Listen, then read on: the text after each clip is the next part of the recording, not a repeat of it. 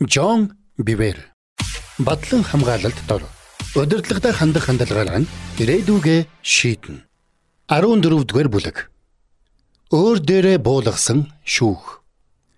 Эрх мэдлийг хүндэтгэгч нь өөрөө авууга эрх мэдэлтэй байх бөгөөд түүнийг хүндэтгэл дагалдана. Удирдлагатай хүн бүр Давид шиг ханддаггүй л дээ. Бид удирдагч нарын хаан Өөсевийг харахтаа баясч бие өмөрөн эсрэгүүцдэг. Гэхдээ бусдын буюу ялангуяа удирдагч нарын хаан нүгэлд хандах хандлага маань бидний сүнсний төлөвшлийг хамгаас сайн тодорхойлно. Тиймээс бидний зүрхний жинхэнэ төрхийг илчлэхийн тулд Бурхан эрх баригчдын алдааг ашигладаг юм. Үүнийг Ноагийн хүүгийн түүхээс харж болно. Зөв боловч буруу. Үерийн дараа Ноа хөрсөө боловсруулан усан үзмийн цэцэрлэг тариалжээ. Гэтэл нэг өдөр согтуураад майхандаа амарч байхдаа хувцсаа тайчсан чигээрээ тасарчихсан байв. Ноагийн отхон хүү Хам аавынхаа хэвтэж байгаа газар явж ороод аавыгаа шалдан байхыг үзмэгцээ. Гарч ирээд Шем, Яфет гэдэг хоёр ахтай алтан хошуу хүргэжээ. Хам зөвхөн гэр бүлийнхэндээ л хэлсэн гэдгийг тэмдэглэрээ. Магадгүй аха цаан чинь нүдэндээ ч итгэмгүй зүйл болж байна гэсэн ч юм уу эсвэл бүр ах нарыгаа дагуулan аваачиж үзүүлэх гэсэн байх. Шем, Яфет хоёр энэ тухай дуулаад нүмерэг аван ухраагаараа майханд ороод буруу харсан чигээрээ нүцгэн аавыгаа хучжээ. Ноос ирээд Хамын хийсэн хэргийг сонсоод юу гэж хэлснийг үзнэ. Канаан хараал идэж ах нарынхаа боолын боол болог гэжээ. Бас тэрээр Шемийн бурхан эзнийг бие магтъя. Канаан Шемийн боол болох болтугай.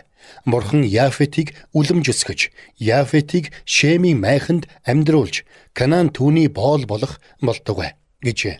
Эхлэл 9:25-27. Бурханы эрх мэдэл дуулуургүй байх нь ямар үр дагавартай болохыг бид номынхоо ихээр сурсан. Санаатайгаар тэрслэгч нь хараалдор ордог ажээ. Хам зовлон үзэж байж үннийг сурчээ. Тэрбээр аавда хүндэтгэлгүй хандахта үүгээрээ Ноагийн дээрх Бурханы төлөөний эрх мэдлийг үл тоосноо харуулжээ. Хам тэрслүү тэнийг байсан бол хоёр ах нь хүндэтгэлтэй инэрэнгүй ажээ. Ноа архитан согтуурснараа сайн үлгэр жишээ үзүүлээгүй боловч гол нь түүний авир үйлдэлээр дамжуулан Бурхан Ноагийн удирдлага дорох хүмүүсийн хандлагыг ил гаргасан юм. Үүнийг хоёр том нь ойлгоод аавда хүндэтгэлтэй хандсан бол отгон нь аавынхаа алдаан дээр дөрөөлөн үл хүндэтгэн ичээх гэж оролдохдоо аав дээрээ авчрах гэж байсан тэр хараалаа өөр дээрээ буулгажээ. Шем, Яфет хоёр аавынхаа алдааг харахыг хүсээгүй. Тэд аавынхаа нөхцөл байдлыг өөрсдөө ч харалгүй, бусдад ч эхнэр хүүхдүүдтэй харуулалгүй хүнчлөөр хучсан.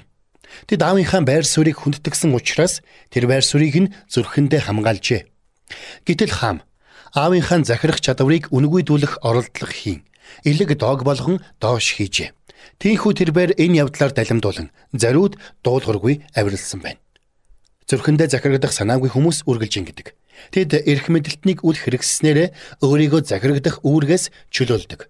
Тэрбээр эрх мэдлийг зүрхэндээ хэрэгсээгүй. Бүх хоргийг цуцалсан учраас захирагдах үүргийг үл хэрэгссэн байна. Бурханы алдрын танхимд Еврэ 11. Бурхан Ноагийн итгэл дуулууртай байдлаар бахархсан бол тэнд Хамын нэр харагддаггүй. Хам үннийг хэлээгүй гэж юу? Ноа согтуу нүцгэн шалдан байгаагүй гэж юу? Байсан. Хамын үг 100% үнэн байсан ч тэрбээр зарчим дээрээ алджээ. Учир шалтгаан нь түүний үйлдэлийг зөвтгөж болно. Үнэхээр ч тэрбээр харсан зүйлээ буюу үннийг л илтгэжээ. Тийм боловч дуулууртай байдал хүндэтгэлийн зарчим талаас нь авч үзвэл өөр асуудал яригдана. Шем, Яфет хоёр аавыгаа хүндэтгээд өрөөгдсөн юм. Олон хүн Хамтай адил удирдагчийнхаа талаар яг л үннийг илтгэдэг боловч Бурханы жишгээр ярихаар бурууддаг. Тэд удирдагчаа хүндэтгэхгүй учраас өрөөл алддаг. Тэд өөрийнхөө ойлголт эргэцүүллийн мунхаглалд ор явдаг. Тэдэнд Давид, Шем, Яфетийн шиг зүрх дутдаг. Саулыг унахад Давид эл явдлыг Гатад бүү мэдээл. Ашкелоны гудамжинд ч бүү тунхаглуул. Эс бөгөөс филистчүүдийн охтыг баярлуулах гэж юу? Хоцлуулагчүүдийн охтыг хөөргөх гэж юу? Хайрт эрхэм Саул, Йонатан хоёр амьддаач өөхөхтэйч эс хагцав. Тэд бүрэгдээс ч хурдан, арслангаас ч хүчтэй байлаа. Израилийн охтоо та нарыг часуулаан тансаг хувцсаар гойж, өмсгөлийн чин дээр алтан чимгийг зөөж өгсөн Саулын төлөө уйлэгтэн. 2 дугаар Самуэль 1:20, 23-24 хэмээн гашуутсан. Давид тэр удирдагчаас болж 14 жил зовсон. Хүний ухаанаар бодвол Давид баярлан баяраа тэмдэглэмээр. Гэтэл Давид эрх мэдлийн зарчмаар амьдардаг байснаа баталсан агаад энэ үлгэр жишээг нь алавтууд нь өвлөн авчээ. Тиймээс Давид авууга удирдагч хаан болсон. Эрх мэдлийг хүндэтгдэг хүмүүс авууга эрх мэдэл дор явдаг бөгөөд эргээд хүндэтгэл хүлээдэг. Тэд бурхны өрөөлийг татдаг. Эрх мэдлийг хүндэтгдэггүй. Эсвэл эрх мэдэлд хөнгөн ханддаг хүмүүс нь үл хүндлэн ургацыг тарьж эцэстээ шүүхэд очдог. Өөр дээрээ буулгах шүүх. Төлөөний эрх мэдлийн суурь бичээсийг үргэлжлүүлэн үзье. Бурханаас гадуурх эрх мэдлүүд гэж үгүй бөгөөд Бурхны тогтоосноор л байгаа тул дээд эрх мэдлүүдэд хүн бүхэн захирагд. Тиймд эрх мэдлийг эсэргүүцэгч нь Бурхны тогтоолыг эсэргүүцсэн хэрэг. Эсэргүүцсэн хүмүүс нь өөрсөддөө шийтгэл хүртэх болно. Ром 13:1-2. Эрх мэдлийг эсэргүүцдэг хүмүүстээр шүүх буун. Эрх мэдэлд гар хүрдгэл юм бол Бурханд өөрт нь гар хүрлээ гэсэн үг. Би энэ үйлчлэлээ эхлүүлэхээс өмнө 2 олон улсын үйлчлэлд ажиллаж байлаа. Тэгээд эрх мэдлийг эсэргүүцэгч хүмүүстээр заавал шүүх буудгийг харсан. Шүүх нь янз бүрийн хэлбэрээр буух боловч буухтаа л буuna. Ялангуяа хаалга савж гардаг ажилчид дээр. Удирдагч нь эсвэл нөхцөл байдал нь хичнээн буруу байсан ч ажилчид нь удирдагчаа шүүмжилж, доромжилбол, хорслын ундаанаас уусан бол эцсийн дүнд өөрсдөө л хэцүү байдалд ордог. Энэ нь санхүүгийн, ажил үйлчлэлийн, эрүүл мэндийн, хүүхдүүдийн, гэрлэлтийн зэрэг ямар ч бэрхшээлийн хэлбэрээр ирж болно. Энэ жагсаалт дуусахгүй. Сүнсний удирдлагаа хүндэтгээгүй хүн бүрийн амьдрал дундуур энэ ер бусын зовлонгийн утас гүйдэг. Нөгөөтэйгүр шударга бус хандагдан хөөгдсөн боловч өгөөмөр сүнсээ тээсээр гарч яваа хүмүүсийг ч олонтаа харсан. Тэд хуучин удирдагчаа өөрөө ч муулалгүй, муулж байгаа хүмүүсийн яриаг ч сонсолгүй. Энэ асуудал сөхөгдөх болгонд удирдагчаа хүндэтгэн ерөөдөг. Тэднийг хангаж, халамжилж өргөдөг нэгэн бол Бурхан гэдгийг тэд мэддэг бөгөөд эцэстээ тэд хуучнаасаа ч өндөр байр суурьнд очихыг нь би харсан. Тэдний заримтай нь олон жилийн дараа тааралдахад тэд ерөөгдсөн хിവэрэл байж үлээ. Яаж ийм өгөөмөр сүнстэй байх вэ? Есүс бидэнд нууцыг нь зааж өгчээ. Харин би та нарт хэлье. Дайснуудаа хайрл. Та нарыг хавчигчдын төлөө залбир. Матай 5:44. Тэр биднийг хүчрхийлж, дарангуйлж байгаа хүмүүсийн төлөө залбир гэжээ. Залбирх үед зүрх маань эдгэрдэг учраас шүүмжилж шаналлах боломжгүй. Бэлэг авьяас эрх мэдэл. Эрх мэдлийнхээ эсрэг ярддаг хүн толгой дээрээ тодорхой хэмжээний шүүх буулгадгийг миний бие бичээсээр бөгөөд амьдралын туршилгаар сурсан юм. Тухайлбал Мириам Аарон хоёр байна. Мосе Куш эмэгтэйтэй гэрэлсэн байсан тул Мосегийн гэрэлсэн Куш эмэгтэй улмаас Мириам Ааронаар түүний эсрэг яриа гаргав. Тооллого 12:1. Нэгдүгээрт Мириам Аарон хоёрыг авч үзье. Мириам бол Мосегийн эгч. Бурхан түүнийг иш үзүүлэгч гэж дуудсан. Гэтэл 15:20. Аарон Мосегийн ах бөгөөд тэргүүн тахилж байв. Тиймээс бид томоохон байр суурь, хэрэгэм зэрэгтэй хүмүүсийн талаар ярьж байгааг хэлэх хэрэгтэй. Тэр хоёр Мосег Куш эмэгтэйтэй гэрлэлээ гэж шүүмжилсэн. Кушууд нь эртний Куш нутгийн уугуул хүмүүс бөгөөд эрдэмтдийн хэлж байгаагаар Куш нь зүүн умард Африкт байрладаг одоогийн Этиоп ажээ. Тэр эмэгтэй Авраамийн удам байгаагүй учраас Авраамийн гэрээнээс гадуур хүн байв. Мириам Аарон хоёр Мосег удирдагч хүн байж Африк хүүхэнтэй гэрэлсэн нь наандаж буруу шийдвэр. Цаандаж нүгэл гэж үзжээ. Тэдний санаа зөв байсан уу? Хуулийн үсгийг харах юм бол яахын аргагүй зөв байсан. Бурхан Израилийн хүүхдүүдийг харь хүмүүстэй гэрлүүлэх дургүйгээ мэдгдсэн. Гадаад эхнэрүүд Израильчуудын зүрхийг харийн бурхад руугаа эргүүлнэ гэсэн. Энэ тушаалыг дид хууль дээр хэлсэн. Тиймээс Мосе гадаад эмэгтэйтэй гэрэлсэн нь зөрчил шиг л харагдаж байжээ. Тэр хоёр магадгүй Мосегийн нөлөө хит ил тод учраас олон хүнийг яг тийм явдалд хүргэж болзошгүй гэсэн гаргалгаанд хүрсэн байх. Жич. Өнөөдөр бидний цорын ганц тушаал нь үл итгэгч нартай нэгэн тэнцвэргүй буулганд орохгүй байх явдал юм. Учир нь энэ нь цусан холбооны бус, харин сүнсний холбооны сэдэв болоод явчихна. Галаад 3:28-ыг үзнэ. Шинэ гэрээний дагуу хоёр гадаад хүн гэрлэх нь хэвэн юм.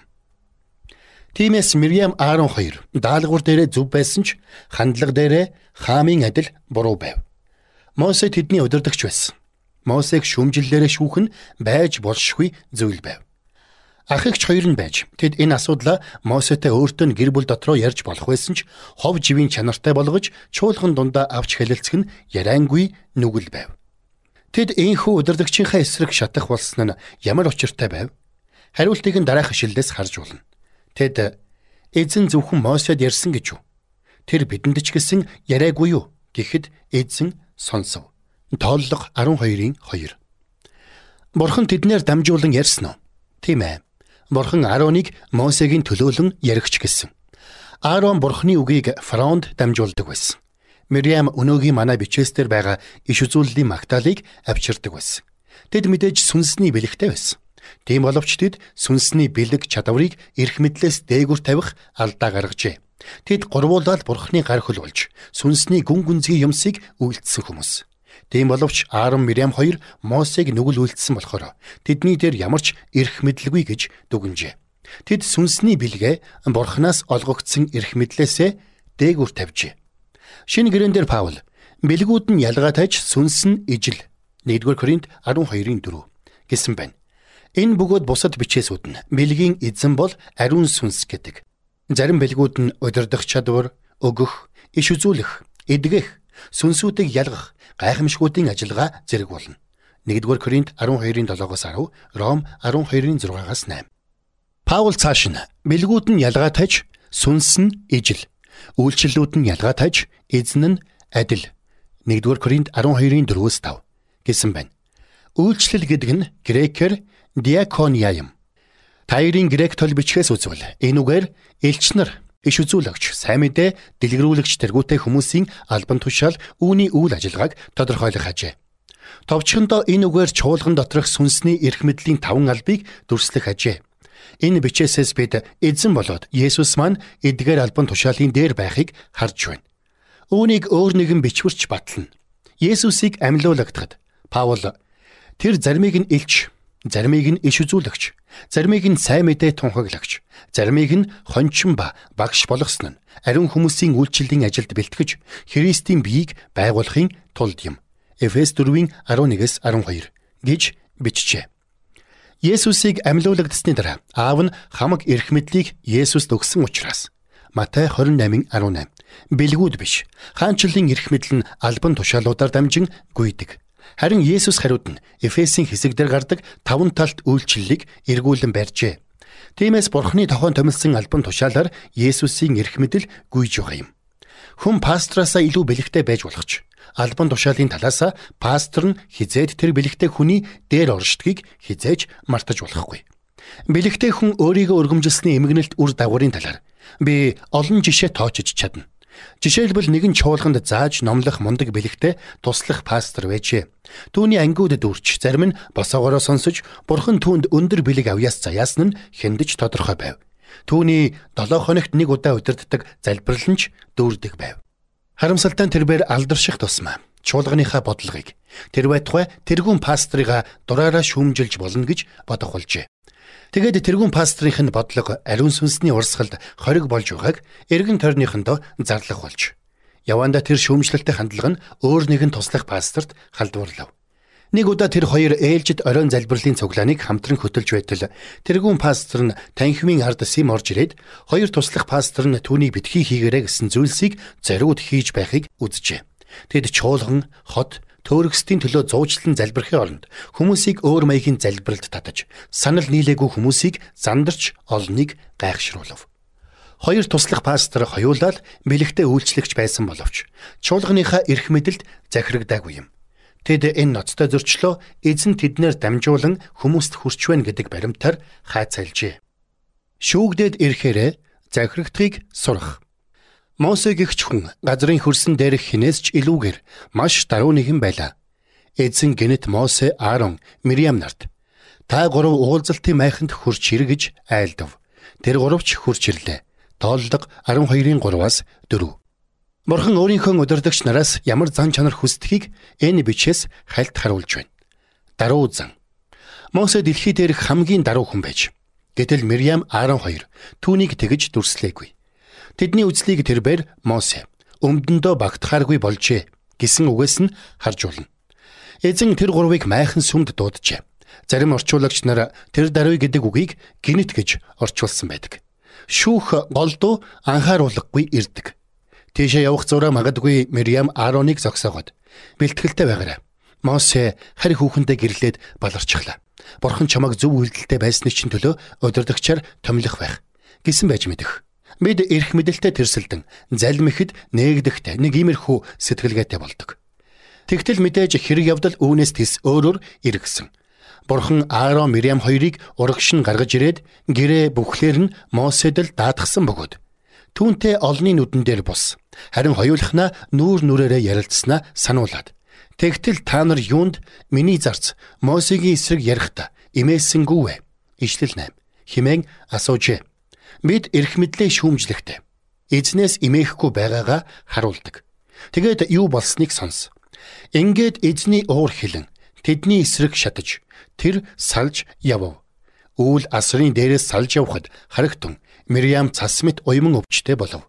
Аароныг Мириам руу эргэхэд харагтун тэр уйман өвчтэй болсон байлаа. Тооллого 12-ийн 9-10. Эрх мэдлийг эсэргүүцснээр бид толгой дээрээ шүүх буулгадаг. Энэ шүүх нь Бурхны оршихуй холдох зэрэг янз бүрийн эмгэнэлтэй үр дагавартай. Бүгдээрээ нөгөө хоёр туслах пастрын түүх рүүгээ эргэж оръё. Төд удалгүй тэр хоёр чуулганаасаа явжээ. Нэг нь ойролцоо газар өөрийн гисэн чуулган эхлүүлсэн ч чуулган нь 100 хүнээс даваагүй бөгөөд тэрээр үйлчлэлдээ нилээд зүдэрчээ. Гэтэл тэрээр туслах пастор байхдаа 600 давсан хүнийг хариуцдаг байж. Дээрээс нь түүнийг явсны дараах нь гэр бүлд нь эмгэнэлт явдал тохиолдсон юм. Тэгвэл хоёр дахь пастор нь хотоосоо яваад нэг хэсэгтээ амжилт эдэлжээ. Чуулган нь олон зуун хүнтэй болтлоо өссөн байна. Гэвч мань хүн өөрөө хүнд итгэдэггүй, хүндий хүйтэн болжээ. 20 жилийн хугацаанд чуулган нь олон удаа хагарч бутран түүний удирдах арга барил нь нийгэмд үлэмж эргэлзээ тархаасан байна. Эцэстээ тэрээр хотоо орхиж явсан юм. Олон жилийн өмнө тэрээр том чуулганы нэр нөлөө бүхий эрэлттэй номлогч байсан бөгөөд олон хүн түүнийг үндэсний хэмжээний хүн болно гэж үздэг байжээ. Гэтэл зөрүүд зан нь түүнийг өөр замаар авч чадсан нь эмгэнэлтэй. Шүүхийн дараа Аарон тэр даруй өөрийнхөө бөгөөд Мириамын төлөө уйлан гимшжээ. Бурхан тэднийг уучлсан ч Бурханы тушаалаар Мириам 7 хоног чуулганаас тусгаарлагдах ёстой байв. Яагаад Аароныг тусгаарлаагүй ээж Мириамыг тусгаарлав гэсэн асуулт их гардаг. Магадгүй Мириам Аароноос илүү хил амаар дайрсан болоод тэр байж болох. Ямар ч шалтгаантай байлаа гэсэн хамгийн гол нь үүгээр Бурхан иймэрхүү зүйлд хичнээн ноцтой ханддгаа харуулжээ. Сүнсний эрх мэдэлтэй тэрсэлтсэн явдлын шүүхээс бид том сургамж авч өсөх боломжтой. Ийм аюултай шүүхийн дараа гэмшсэн хүмүүс чуулганы хамгийн итгэмжтэй хүмүүс болох нь бий. Заавал ёрийн муу зүрхтэйдээ бус. Зүгээр хинэггүй хандлагаасаа болж тэрсэлдэх тохиолдолж гардаг. Үүнийгээ ухаарсан хүмүүс тэр даруй гэмшдэг. Заримдаа гэмших хүртэл их бага хэмжээний цаг хугацаа шаардагдана. Яагаад гэвэл зарим хүмүүс дэндүү гүргэр учраас гүрийгээд л хадаасны үзүүрөөд өшөгчөөд байдаг юм. Мириам гутамшигт явдлаа. Өхөн өгтлээ санаж явсан нь тодорхой. Тэрээр дахиж ийм явдал гаргаж алдаагаа давтаагүй. Харамсалтай нь хүн болгон Мириам 12 шиг сургамж аваад байдаггүй. Учир нь хожим тэр чуулганы өөр хүмүүс Бурханы төлөөний эрх мэдлийн өөдөөс боссон байдаг. Та нар яагаад өөрсдийгөө өргөмжлөн вэ? Чуулганы 3 хүн Левигийн удам Кора, Рюбны удам Датан, Абирам 3 олонний танил 250 удирдагчийг цуглуулan Мосе Аарон нарын эсрэг босоод та нар арай дэндэж байна. Даяар хотол туман хүн бүр нь ариун бөгөөд эзэн тэдний дунд байна. Юунд та нар өөрсдийгөө эзний чуулганаас дээгүр өргөмжлөн вэ? Тооллого 16-гийн 3 гэжээ. Товчхондоо Мосе Аарон хоёрын удирдлага дор байсан хүмүүс. Ингэхэд хэн та хоёрыг бидний дарга болгосон юм? Бид бүгдээрээ Бурханы хүмүүс. Та нарын тушаалтаа тушаалгүй бид Бурханыг дагчихна гэж хэлжээ. Энэ үгийг сонсч явсан биз дээ. Яг өгчлэн хэлээгүй байж болох ч яг ийм сүнсээр яг ийм үйлдэл үг харуулдаг үстэй.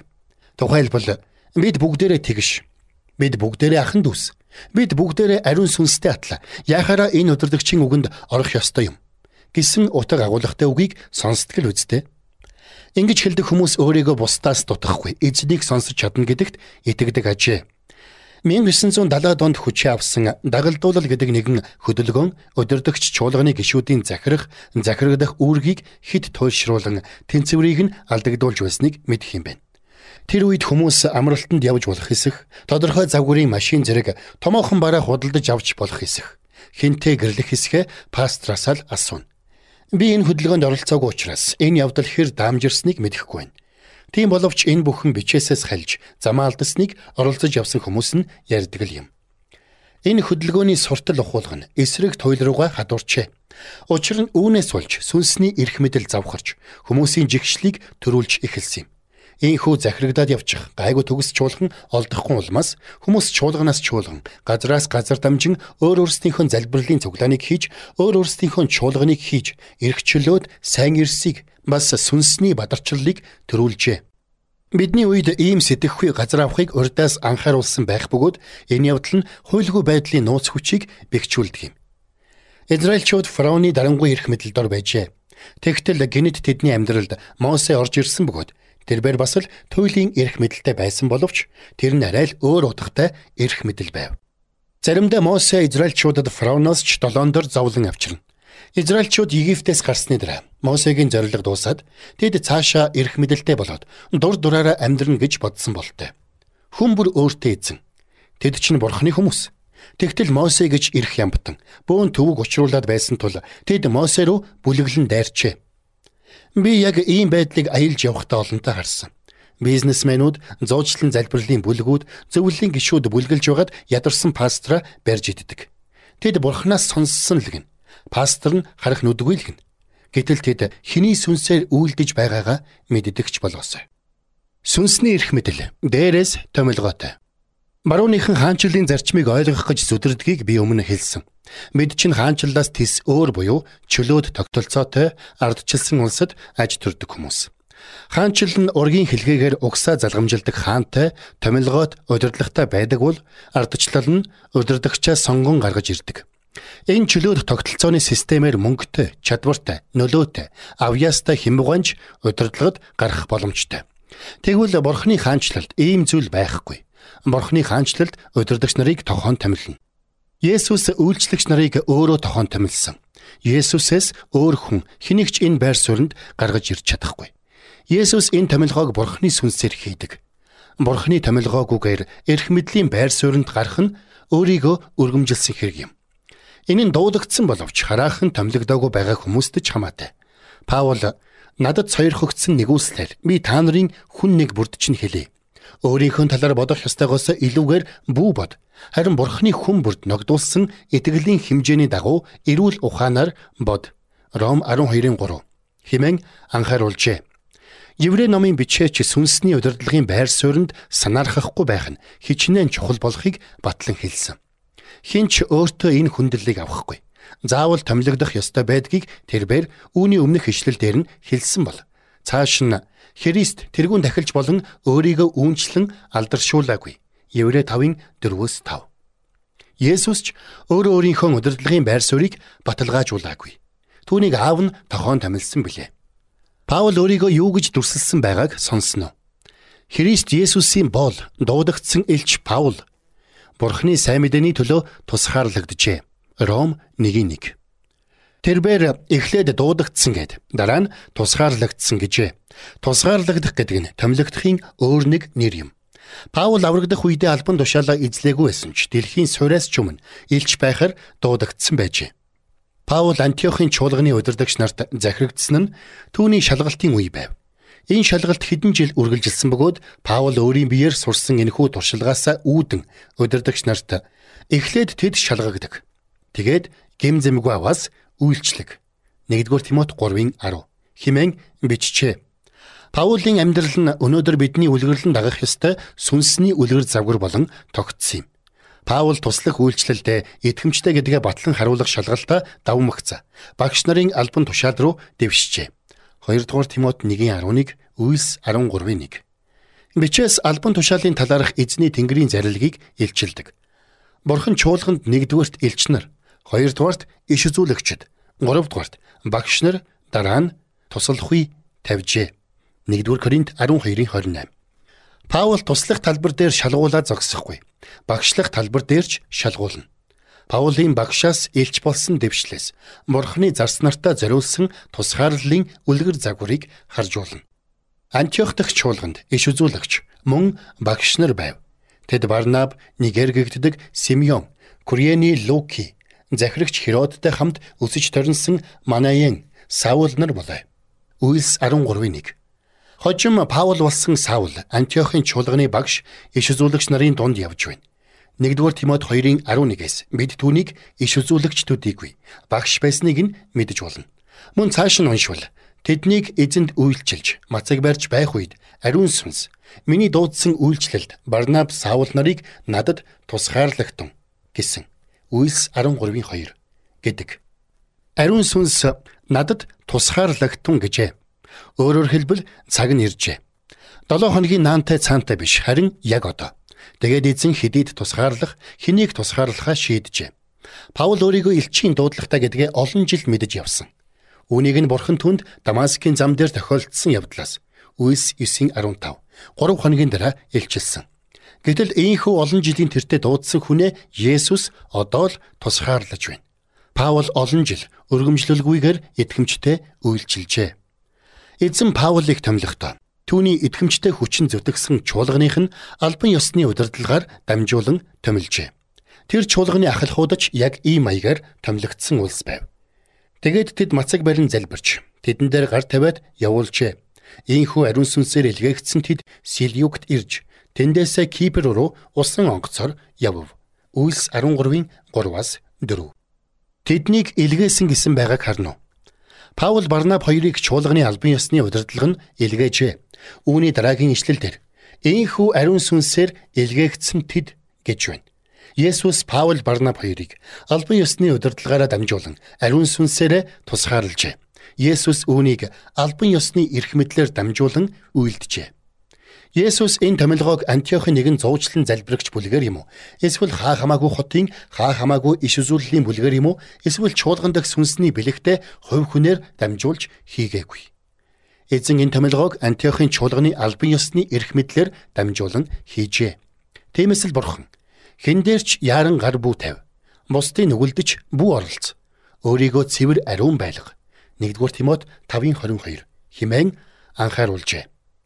Удирдагч нар нь чуулганд үйлчилдэг хүмүүсийн итгэмжтэй чанарыг хяндаг. Тиймээс Бурхан тэдний зүрхэнд томилох заавар өгөх үед энэ нь эзний томилгоо гэдэгт тэд итгэлтэй байдаг. Шинэ гэрээний албан ёсны томилгоо ийм л байна. Дутуу төрсөн дуудлага. Тэгээд тэр нас 40 хүрэхэд Израилийн хөвгүүд нутгийн ах トゥ нартайгаа уулзах бодол зүрхийг нь эзэмдэв. Тэдний нэг шудраг бусаар доромжлогдож буйг тэр хараад түүнийг хамгаалan өнөө Египтийг цохин унгаж дарлагдсан хүний өшөөг авчээ. Бурханаас түүний гараар тэдэнд даврал ирэхийг ах トゥ нар нь ойлгоно гэж тэрээр бодсон авч тэд нь ойлгосонгүй. Маргааш нь тэр хоорондоо зодтолдогч хоёртой таарав. Мосе тэднийг эвлэрүүлэхийг хичээн ирчүүдээ та нар ч ах トゥ байж юунд бие биенээ гэмтэн вэ гэжээ. Гэтэл хөршөө бэртэж байсан нэг нь түүнийг түлхэж хэн чамайг бидний дээрх захирагч шүүгч болгосон юм бэ? Үйлс 7:23-аас 27. Мосегийн удирдлагад орох хүмүүс түүний эрх мэдлийг хүлээн зөвшөөрөөгүй. Нэг хүн Кора, Датан, Абирамын хэн чамайг бидний дээр шүүгч болгосон юм гэдэг үгийг бараг л давтаж хэлсэн. Гэхдээ Мосе томилогдоогүй байсан учраас тэр хүн шийтгэлгүй өнгөрчээ. Мосегийн зүрхэнд Бурхны дуудлага амьсгалж байсан ч Бурхны эрх мэдэл хараахан бууж ирээгүй байсан юм. Хүмүүс сүүлээрээ Мосегийн дээр Бурхны эрх мэдэл байгааг үзээд атаархсандаа цүлд Мосег жадлан эсэргүүцсэн байх гэж би боддог юм. Үүнийг нь ч хүмүүс үнэндээ Мосетэй бос түүнтэй тэрсэлдэж байна гэсэн Бурхны үг баталдаг. Тэгвэл өнөөдөр ч адилхан байдаг. Бурхны жинхэнэ эрх мэдэлтэй хүмүүс л хамгаас эсэргүүцэгддэг. Учир нь хүмүүс үнэндээ Тэнгэрлэг эрх мэдэлтэй тэмцэлддэг юм. Өөрийгөө томилох нь мэхлэгдсэн хүний аюулт үйлдэл. Кора, Датан, Абирам нар Мосе руу бүлэглэн дайрах үед Мосе хэдийнэ албан ёсны томилгоотой удирдагч болчихсон байв. Харин энэ гурав өөрсдийгөө өргөмжилсөн бардам хүмүүс байжээ. Тэдний гаргалгаа нь дүрээ хувиргасан аюултай тэрсэллийн хэлбэр байв. Гэтэл тэд ийхүү тэрсэлснээр Бурханд үйлчилж байна гэж бодсон нь бүрч аймаар.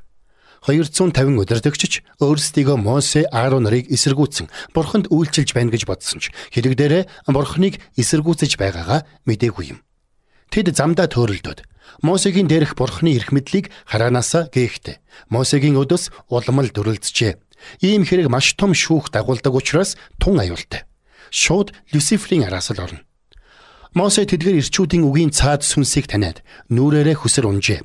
Мосе тэдэнтэй маргаагүй. Бурхнаар томилогдсон хүмүүс Бурхны зүрхийг тээдэг бөгөөд байр сууриа батлах гэж тэмцэдэггүй. Мосе Бурхныг дотн мэддэг байсан болохоор Бурхан өөрөө түүний удирдлагыг баталгаажуулахыг мэдэж байв.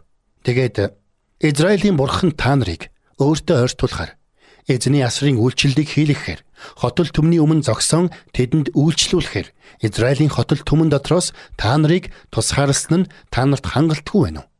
Тэр чамайг Левийн хөвгүүд болох ах дүүсийн чинь хамт ойртуулсан байхад та нар бас дахилж болохоор ирэл хийлнэ үү? Тиймээс л чи болон чиний бүх нөхөд эзний эсрэг хамтдаа цугласан байна. Харин Аарон хэн болоод та нар түүний эсрэг гомдлон гоншигнолд нь байв гэлээ. Тооллого 16-гийн 9-11. Тэд өөрсдийнхөө хувьас илүүг адхаад эзний эсрэг бүлгэлжээ. Тэд Бурхны олгоогүй эрх мэдэлд улайрсан. Мосе Левийн хөвгүүд та нар арай дэндэж байна хэмээн ахин дахин сануулсан байдаг. Тооллого 16-гийн 7. Тэр ирчүүд ухаачихгүй тодорхой болоход эзэн Мосед хүмүүст Кора, Датан, Абирамын майхнаас холдохыг хэл гэсэн заавар өгчээ. Тиймээс Мосе босоод Датан, Абирамын майхан руу яаран очиход араас нь Израилийн удирдагч нар мөр алдалгүй дахав. Тэгээд Мосе хүмүүст хурдал энэ ёрийн хүмүүсийн майхнаас холдоод тэдэнд хамаатай юмст бүүхөр хүрэх юм бол тэдний нүглээс болж та нар сүрэн шүү гэжээ. Тийхүү хүмүүс гэдрэг ухран Коро, Датан, Абирамын майхнаас зайдуу зогсов. Датан, Абирам хоёрч гарч ирээд эхнэрүүд, хүүхдүүд нэлхэстайгаа майхныхаа үүдэн дээр зогсжээ. Тэгтэл Мосе эдгээр бүх үйлсийг хийлгэхээр эзэн намайг илгээснийг энэ нь миний өөрийн хийж буй зүйл биш гэдгийг та нар үүгээр мэдэх болно. Хэрв тэд бүх хүнд тохиолддог үхлээр үхэж эсвэл бүх хүний адилаар шийдгүүлэх аваас эзэн намайг илгээгээгүй болно. Харин эзэн цоошин зүйлийг авчирч улмаар газар амаа нээж тэднийг бүх зүйлийнх нь хамт залхин тэд амьдараа үхэгсдийн оронд очих аваас энэ хүмүүс эзнийг үл тоомсорлсныг та нар ойлгох болно гэв. Тэрээр энэ бүх үгийг хэлж дуусмагц. Тэдний доорх газар хагаран цуурч газар амаа нээж тэднийг болон гэрийнхнийг нь мөн Кород хамаатай бүх хүнийг эд хөрөнгөтэй нь хамт залгилаа. Тэд болон тэдэнд харьяалагдах бүхэн үхэгсдийн орон руу амьдараа доош оржээ. Газар тэдний дээр хаагдан тэд чуулганы дундаас устгагджээ. Тэдний эргэн тойронд байсан бүх Израиль хүн газар биднийг ч залгиж болзошгүй гэцхэн тэдний хашгирах дуунаас болж зүгтжээ. Эзнээс гал гарч ирэн утлаг өргөж байсан 250 хүнийг шатав. Тооллого 16-гийн 24-өөс 35. Тэр хүмүүстээр буусан хатуу шийтгэл бидэнд синхэрбээр хоёр үннийг зааж байна. Нэгдүгээрт тэр хүмүүс өөрсдөө бурханд үйлчилж байна гэж бодсон ч хэрэг дээрээ эсэргүүцжээ. Хоёрдугаарт шинэ гэрээнд эцсийн өдрүүдэд дээрх хүмүүстэй адил зүүдлэгчд мах бодыг бузарлаж, эрх мэдлийг үл хэрэгсэн сүр жавхланг доромжлно. Ишлэл 8 гэдгийг Юда анхааруулсан. Тэгээд Юда тэд золгүй. Учир нь тэд Каины замаар явж шан харамжийн төлөө Балаамын төөрөгдөлд өөрсдийгөө тушаасан бөгөөд Корегийн тэрслэлд мөгчээ. Ишлэл 11 гэжээ. Тэрслэл даамжирдаг. Энэ бүлэг дээр хоёр удаагийн тэрслүү үйл явдал гарч байна. Нэгдүгээрт Кора, Датан, Абирам тэргүүтээ 250 удирдагчийн хэрэг. Хоёр дахь нь маргааш нь чуулган бүхлээрээ Мосе Аарон хоёрын өөдөөс боссон явдал юм. Гэтэл дараагийн өдөр нь Израилийн хөвгүүдийн даяар хотол түмэн Мосе Аарон нарын эсрэг гонгинолдож та нар эзний ард түмнийг үхэлд хүргэсэн гэцгээв. Тооллого 16-гийн 41. Тэд өчигдрийн явдалд гүнээ цочирдсанд гонсойсон сэтгэлээ Мосед гаргажээ. Эсэргүү ирчүүдийн хүчрхэг нөлөөнд автсан чуулган тэрслүү хүмүүсийг газар залхихыг нүдээр үзсэн ч ухаачиж эмээсэнгүй. Даанч эмгэнэлтэй. Өнөөдөр ч ийм явдал болдог.